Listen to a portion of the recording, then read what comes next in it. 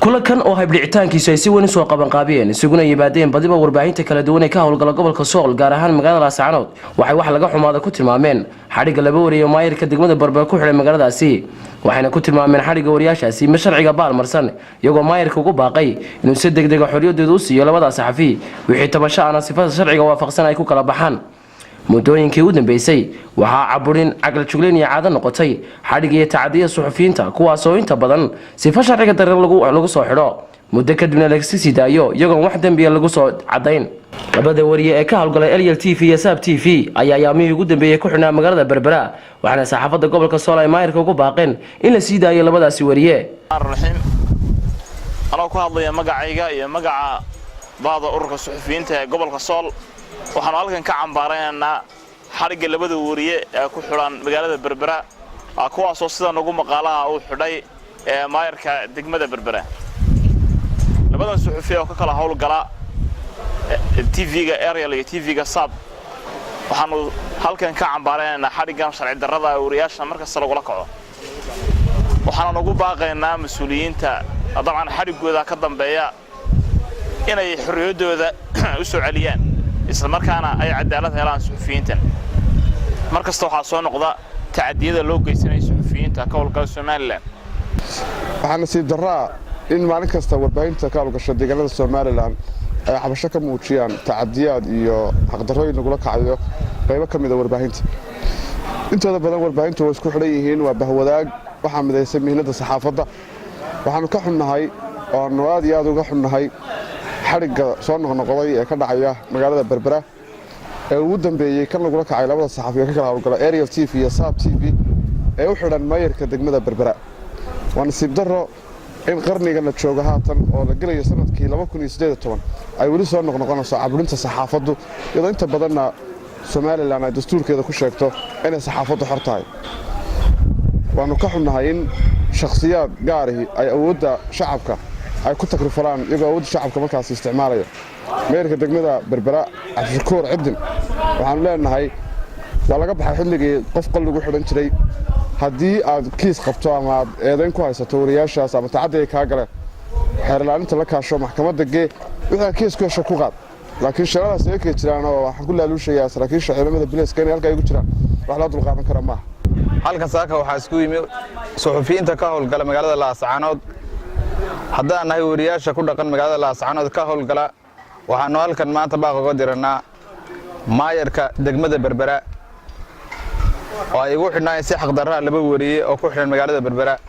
waxaan leenahay maayir ma aha in la iska xidho suxufiyiinta ay iskaga xidhnaadaan jeel waa in sharciga la horgeeyaa wixii jiraan la dhameeyaa haddii 8 cashaada jeelkaasi ku jiraan wariyaashaasi waxaan leenahay sharcigu hawsha ha ka howlgalo sharcigana la horgeeyo hawshaana ha la galo waxaanu haddaan nahay suxufiyiinta gobolka Sool aanu u sheegnaa Soomaaliland markasta waxa la yiraahdaa Soomaaliland waxa ka jirta cadaalad madax banaani wari suxufiyiin ma aha markasta in wariyaasha xadhigooda soo noqnoqdo dhammaan gobolada Soomaaliland xaleenay maayir hawshaasi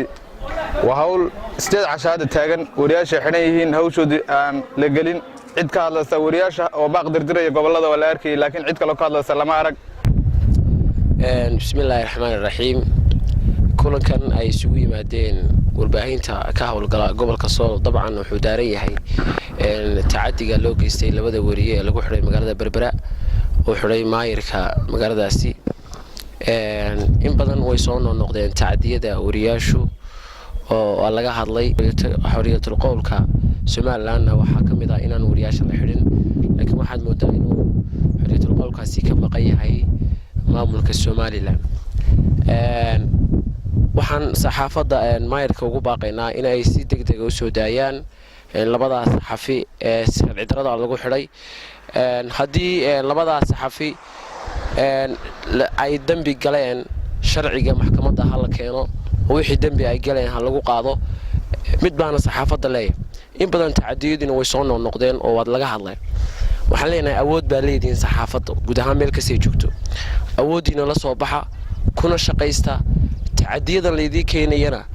idinkuba dawlad gaar ah tiin saxaafadda ay ka hadlo waxa tiraadaan la garnaqsada maamulka la garnaqsada hana joojinina waxyaabaha maamulka ay diidan yihiin sharciga ah sii daaya waa la ogol yahay dabcan kulankan wuxuu daaran yahay warbaahinta guud ahaanba gobolka Sool ay isugu timi anagoo ka xun labada wariye lagu xidhay magaalada Berbera